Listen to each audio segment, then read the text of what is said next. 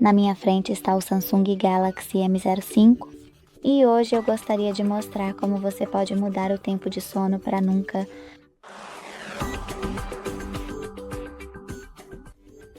Comece abrindo a Play Store e baixando o aplicativo gratuito chamado Go Find Keep Screen On. Abra-o, clique em OK e vá direto para o menu de abas.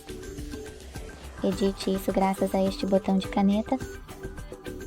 Clique em editar abaixo de completo e procure o atalho de cafeína nos botões de permissão para segurá-lo e arrastá-lo para os seus atuais. Clique em concluído, volte e toque no seu novo atalho. Então selecione Grace Return ao lado de permitir permissão, volte mais uma vez e toque nele para ativá-lo.